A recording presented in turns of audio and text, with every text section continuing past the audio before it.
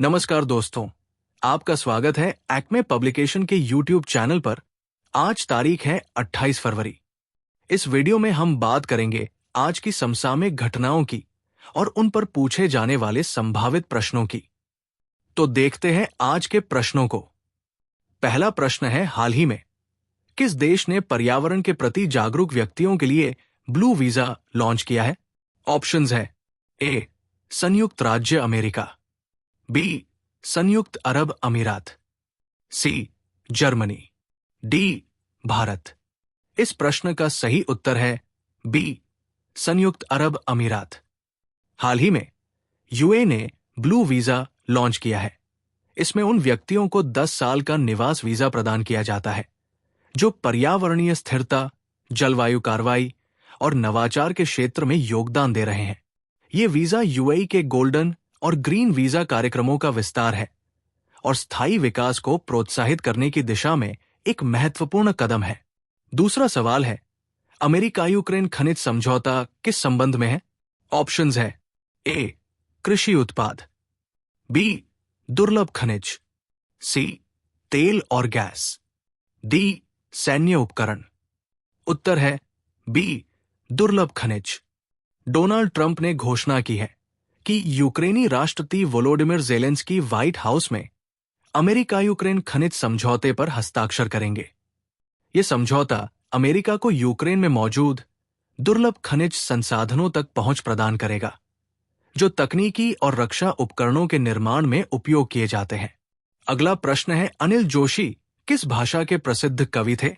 Options है ए, Hindi, B, Marathi, सी, Gujarati, D, Punjabi. इसका सही उत्तर है सी, गुजराती। गुजराती साहित्य के प्रसिद्ध कवि अनिल जोशी का 26 फरवरी 2025 को मुंबई में 84 वर्ष की आयु में निधन हो गया। वे आधुनिक गुजराती कविता के प्रमुख हस्ताक्षर थे। चौथा प्रश्न है, 2025 बायो एशिया शिखर सम्मेलन का विषय क्या था? ए, वैश्विक स्वास्थ्य में नवाचार, बी, परिवर्तन के उत्प्रेरक, वैश्विक हेल्थ केयर फ्रंटियर्स का विस्तार, सी, डिजिटल स्वास्थ्य क्रांति, डी, सतत विकास और स्वास्थ्य।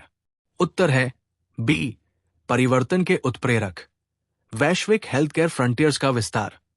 बायो एशिया शिखर सम्मेलन एक प्रमुख वार्षिक सम्मेलन है जो बायोटेक्नोलॉजी और बायोफार्मास्यूटिकल क्षेत्र में नवाचार, सहयोग और विकास पर केंद्रित है। बायो एशिया शिखर सम्मेलन 2025 का आयोजन 24 से 26 फरवरी को हैदराबाद में किया गया था।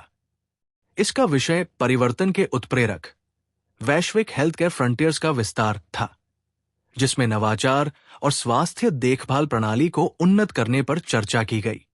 पांचवा प्रश्न है, सबा वुमेन्स चैंपियनशिप 2025 में भारत ने किस देश को हराकर खिताब जीता?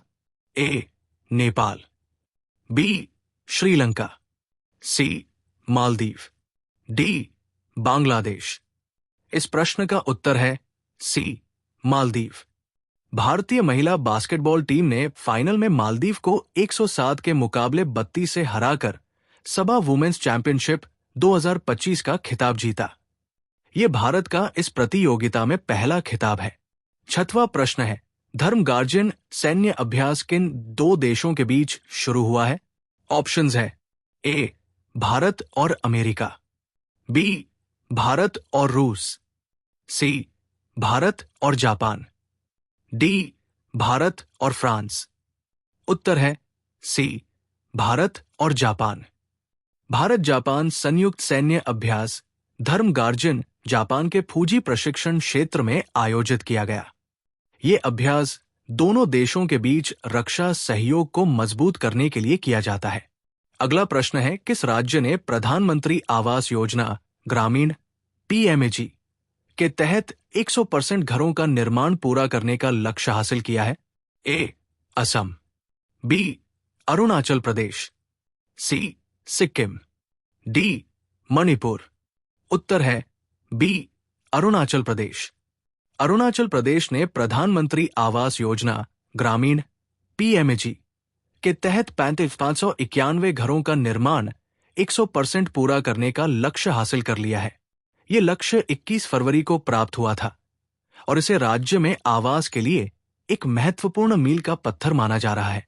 8वां प्रश्न है, किस संस्था ने विश्व मुक्केबाजी को अनंतिम मान्यता प्रदान की है? A. FIFA, B. ICC, C. IOC, D. WHO। इस प्रश्न का सही उत्तर है सी. आईओसी। अंतर्राष्ट्रीय ओलंपिक समिति ने विश्व मुक्केबाजी को अनंतिम मान्यता प्रदान कर दी, जो कि लॉस एंजल्स 2028 ओलंपिक में खेल को शामिल करने की दिशा में एक बड़ा कदम है। विश्व मुक्केबाजी को 2023 में लॉन्च किया गया और अब 5 महाद्वीपों में इसके 78 सदस्य हैं। 9वां प्रश्न है, जर्मनी के हालिया चुनाव में किस पार्टी ने जीत हासिल की है? A. Social democratic party SPD, B. Christian democratic party CDU, C. Greens party, D. Free democratic party FDP। इस सवाल का सही जवाब है B. Christian democratic party CDU। Germany के हालिया चुनावों में क्रिश्चियन डेमोक्रेटिक पार्टी CDU ने 28.5% वोटों के साथ जीत हासिल की है। पार्टी के नेता फ्रेडरिक मर्ज अब देश के नए चांसलर बनने की स्थिति में है। CDU की ये जीत देश की राजनीति में एक महत्वपूर्ण परिवर्तन दर्शाती है। 10वां प्रश्न है, 2025 के लिए राष्ट्रीय धन्वंतरी आयुर्वेद पुरस्कार कितने चिकित्सकों को प्रदान किए गए हैं? ए. 2, बी. 3, सी. 4, डी. 5। इसका उत्तर है बी. 3। भारत सरकार के आयुष मंत्रालय ने 2025 के लिए राष्ट्रीय धन्वंतरी आयुर्वेद पुरस्कार वैद्य ताराचांद शर्मा, वैद्य माया राम उनियाल और वैद्य समीर गोविंद जमदाग्नी को प्रदान किए। ये पुरस्कार आयुर्वेद चिकित्सा क्षेत्र में उनके उल्लेखनीय योगदान को मान्यता देता है। वीडियो को यहां तक देखने के लिए धन्यवाद।